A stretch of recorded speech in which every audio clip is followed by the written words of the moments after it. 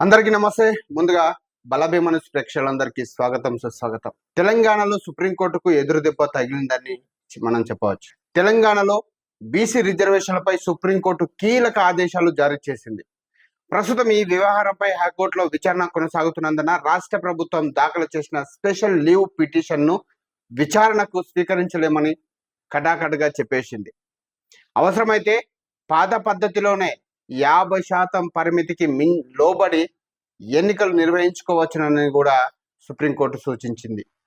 High court స్టేను సవాలు చేస్తూ ప్రభుత్వం దాఖలు చేసిన పిటిషన్ను సుప్రీంకోర్టు కొట్టివేసింది. తెలంగాణ రాష్ట్రంలో స్థానిక సంస్థల ఎన్నికలకు సంబంధించి బీసీ రిజర్వేషన్లపై రాష్ట్ర ప్రభుత్వానికి సుప్రీంకోర్టులో ఊహించని షాక్ తగిలింది. స్థానిక సంస్థల ఎన్నికల్లో బీసీలకు 42% రిజర్వేషన్లు అమలు చేసేందుకు ఉద్దేశించిన జీవో నంబర్ 9పై సుప్రీంకోర్టు కీలక ఆదేశాలు జారీ చేసింది. ప్రస్తుతం ఈ పద్ధతిలోనే ఎన్నికలకు వెళ్లాలని సూచించింది.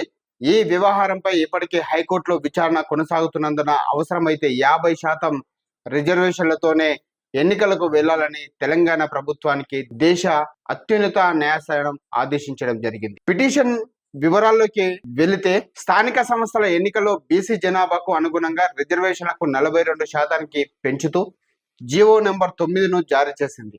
అయితే ఈ జీవోపై కొందరు వ్యక్తులు హైకోర్టును ఆశ్రయించగా రిజర్వేషన్లు 50% పరిమితిని మించి ఉన్నాయని, అలాగే సుప్రీంకోర్టు నిర్దేశించిన ట్రిపుల్ టెస్ట్ అంటే వెనుకబాటుతనం జనాభా వివరాలు 50% పరిమితి ప్రమాణాలను పాటించలేదనే కారణంతో హైకోర్టు దీనిపై స్టే విధించింది.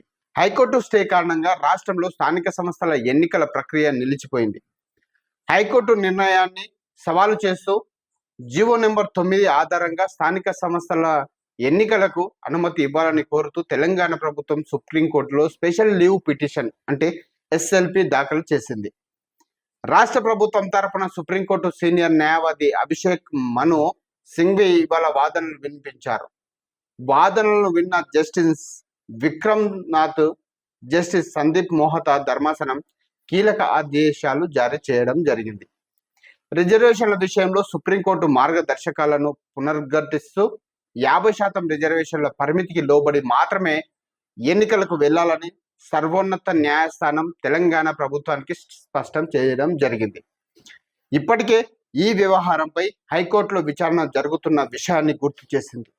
బీసీలకు 42% రిజర్వేషన్లు అమలు చేయాలంటూ ప్రభుత్వం దాఖలు చేసిన స్పెషల్ లీవ్ పిటిషన్ను ధర్మాసనం కొట్టివేయడం జరిగింది. ప్రస్తుత పరిస్థితుల్లో తాము జోక్యం చేసుకోలేమని సుప్రీంకోర్టు స్పష్టం చేసింది. మరి తెలంగాణ రాష్ట్ర ప్రభుత్వం పాత రిజర్వేషన్ల ప్రకారం ఎన్నికలకు వెళుతుందా, లేదా ఇంకేమైనా కారణాలు ఉంటుందా, ఏ విధంగా ఈ స్థానిక సంస్థల ఎన్నికలపై రేవంత్ సర్కార్ ముందుకు ఎలా పోతుంది అనే విషయాలు అయితే తెలంగాణ రాష్ట్రంలో ప్రస్తుతం ఉత్కంఠ రేపుతా ఉన్నాయి.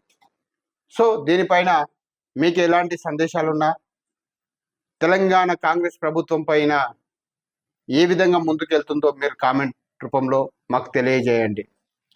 చూస్తూనే ఉండండి శ్రీ బలభీమను ఛానల్.